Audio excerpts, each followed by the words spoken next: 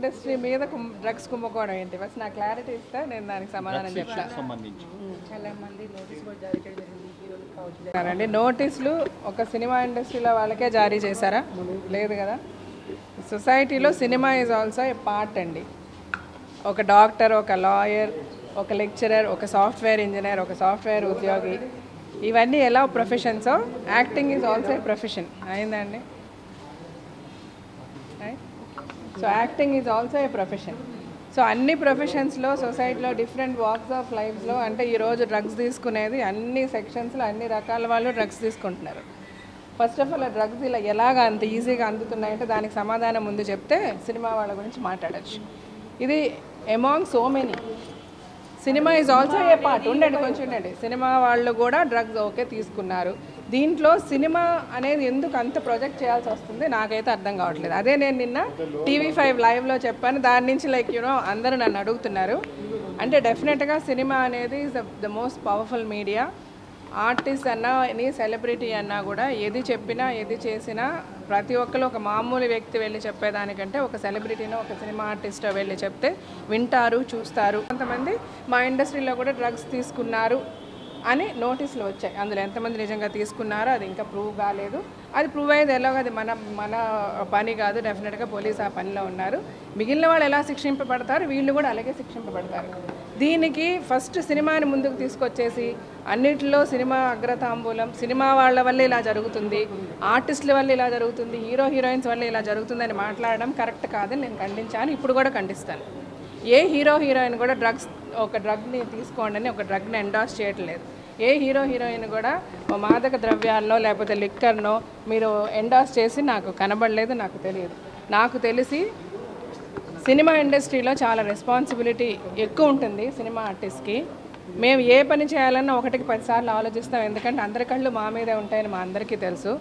ఒక common man చేసిన ఏ పని చేసినా అది అసలు జస్ట్ అన్నోటిస్గా వెళ్ళిపోతుంది. ఒక సినిమా సెలబ్రిటీ చిన్న తప్పు చేసినా కూడా అది చాలా పెద్దగా మ్యాగ్నిఫై అయిపోతుంది. దానికి ముఖ్య కారణం మీడియా. సో మీడియా మాకు ఎంత ఉపయోగపడుతుందో అంత ఇబ్బందికరంగా కూడా తయారైంది. Frankly speaking, let me just talk no అంటే నేను లేదు. మీరు అడిగేదేంటో నాకు తెలుసు. గత 2 రోజులుగా టీవీలో ఏం జరుగుతుందో చూస్తున్న ప్రజలందరికీ కూడా తెలుసండి. ఈరోజు మనము డ్రగ్స్ ఇలా జరిగింది అని అంటే డ్రగ్స్ ఈరోజే ఉన్నాయా?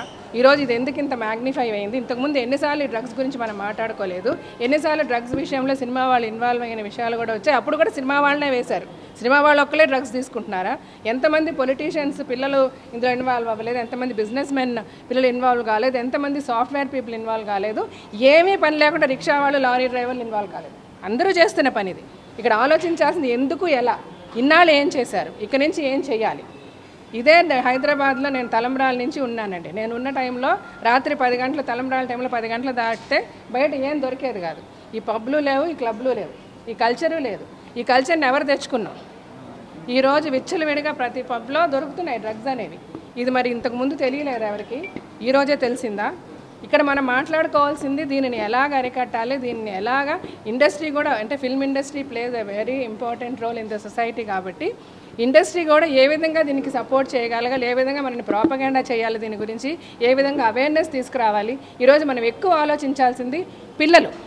స్కూల్స్లో డ్రగ్స్ అమ్మబడుతున్నాయి. పిల్లలు డ్రగ్స్కి లోబడిపోయి ఎంతోమంది జీవితాలు నాశనం అయిపోయినాయి. అదే ఆలోచించాలి. ఆ పిల్లల పరిస్థితి ఏంటో ఆలోచించాలి, మన పిల్లల పరిస్థితి ఏంటో ఆలోచించాలి. ఇలాగ ఎఫెక్ట్ అయిన ప్రతి తల్లిదండ్రికి మనం ఇప్పుడు వాళ్ళకి సపోర్ట్ ఇవ్వాలి. ఇచ్చి మీరు ఏ విధంగా కూడా దీనిని సీరియస్గా తీసుకోకండి. దాన్ని అంటే ఆ పిల్లలకి ఇప్పుడు అలాగ ఈ డ్రగ్స్కి అలవాటు పడిన పిల్లల్ని మనం ఒక గ్లాస్ లాగా చూసుకోవాలి. వాళ్ళని ఇప్పుడు ప్రతి ఒక్కళ్ళు కలిసి గుచ్చి నువ్వు తప్పు చేసావంటే అది చాలా ఒక భయంకరమైన విషయం. వాళ్ళని ఇంకా డ్రగ్స్ ఊబిలోకి లేకపోతే ఇంకొక అలవాటుకి వాళ్ళు కూరుకుపోయే ప్రమాదం ఎంతో ఉంది. సో ఫస్ట్ మనం అందరం ఈ సొసైటీ మొత్తం అలర్ట్ అయ్యి దీనిని ఎలా ఆపాలి, దీని నుంచి మన పిల్లల్ని ఎలా కాపాడుకోవాలి, ఆల్రెడీ దీనికి లోబడిన మన పిల్లల్ని ఎలా హెల్ప్ చేసి వాళ్ళకి హెల్పింగ్ హ్యాండ్ ఇచ్చి వాళ్ళని ఎలా మన ఇంకా మామూలు వాళ్ళకంటే కూడా వాళ్ళని ఎక్కువ కేర్ తీసుకోవాలి. వాళ్ళ మీద ఇంకా లవ్ అండ్ ఎఫెక్షన్ చూపించాలి.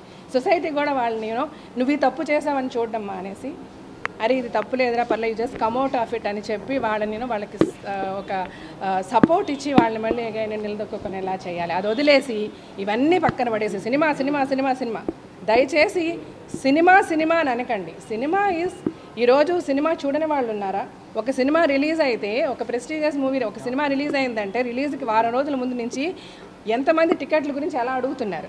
అంత సినిమాని తప్పు పట్టేవాళ్ళు ఎందుకు సినిమాలు చూస్తున్నారు? అది చాలా తప్పండి. ఈ విషయమనే కాదు, ఏ విషయం వచ్చినా కూడా సినిమా అనేసరికి ఒక చులకన భావం. మళ్ళీ అదే సినిమాని మీరు చూడడానికి ఎగబడతారు. ఒక షాప్ ఓపెనింగ్ కాదు, ఒక కిచెన్ కొత్తగా నువ్వు కట్టుకుంటూ ఓపెనింగ్ చేయాలన్నా కూడా ఒక సినిమా హీరోనో కావాలి. అలాంటప్పుడు దయచేసి సినీ పరిశ్రమను గౌరవించండి. అఫ్కోర్స్ డెఫినెట్గా ఇప్పుడు ఇదే ఇండస్ట్రీలో డ్రగ్స్ తీసుకునే వాళ్ళు ఎవరైనా ఉంటే, ఫర్ ఎగ్జాంపుల్ ఒక చిన్న పిల్లవాడు డ్రగ్ తీసుకున్నాడు, లేకపోతే ఒక స్టూడెంట్ డ్రగ్ తీసుకున్నాడు, అతను స్కూల్కి వెళ్ళొచ్చు, చదువుకోవచ్చు. ఒక సాఫ్ట్వేర్ ఇంజనీర్ డ్రగ్ తీసుకుండొచ్చు, అతని పని అతను చేసుకోవచ్చు. కానీ సినిమా యాక్టింగ్ అది చాలా కష్టతరమైన పని. డ్రగ్స్ తీసుకోనో లేకపోతే వేరే ఏ మత్తు పదార్థం తీసుకొని ఏ ఆర్టిస్ట్ వచ్చి యాక్ట్ చేయలేడు. అలాంటి అలవాటు ఉన్న ఏ ఆర్టిస్ట్ని కూడా ఏ ప్రొడ్యూసర్ ఏ డైరెక్టర్ పెట్టుకోడు. ఇది అనుక్షణం ప్రతి క్షణం డబ్బులతో కూడిన ఒక industry. Every single minute counts crores of rupees.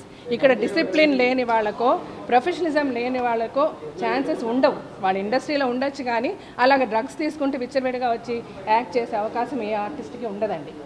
So first of all నేను ఏం చెప్పదలుచుకుంటున్నానంటే, అన్ని ప్రొఫెషన్స్లోకి సినిమా ప్రొఫెషన్ని అలాగే చులకన చేయకుండా, చీప్గా మాట్లాడకుండా, ఏదైనా ఇష్యూ వస్తే మేము ప్రతిసారి కూడా ఏ కెలామిటీ వచ్చినా ఏ ప్రాబ్లం వచ్చినా ఇండస్ట్రీ స్పందిస్తుంది. మా వల్ల చేతనైంది మేము చేస్తాము. మీరు కంపేర్ చేయండి వేరే ఏ ప్రొఫెషన్లో వచ్చి ముందుకొచ్చి హెల్ప్ చేయడానికి వస్తున్నారన్నది. Industry has lot of responsibility అండి. We're trying our level best to do good to the society. At the same time ఇప్పుడు మా ఇండస్ట్రీలో ఏ పేర్లు అయితే వినబడుతున్నాయో వాళ్ళందరూ కూడా ఒకవేళ నిజంగా తప్పు చేస్తుంటే రెక్టిఫై చేసుకోవాల్సిన అవసరం ఉంది. ఎందుకంటే మిగిలిన వాళ్ళకంటే కూడా సినిమా అనేది మోర్ గ్లామరస్. ఒక హీరో ఏం చేసినా వాళ్ళకుండే ఫాలోయర్స్ అందరూ ఇలా చేశారు కదా అని ఫాలో చేసే అవకాశం ఉంది. కాబట్టి మనం కేర్ఫుల్గా ఉండాలి, మనం రెస్పాన్సిబుల్గా ఉండాలి. అలాగే ఎవరన్నా తప్పు చేస్తుంటే దయచేసి వాళ్ళు ఈ తప్పుని ఫర్దర్గా కంటిన్యూ చేయకుండా వాళ్ళని రెక్టిఫై చేసుకోవాలని నేను అంతే స్ట్రాంగ్గా ఆ విషయం కూడా చెప్తున్నాను.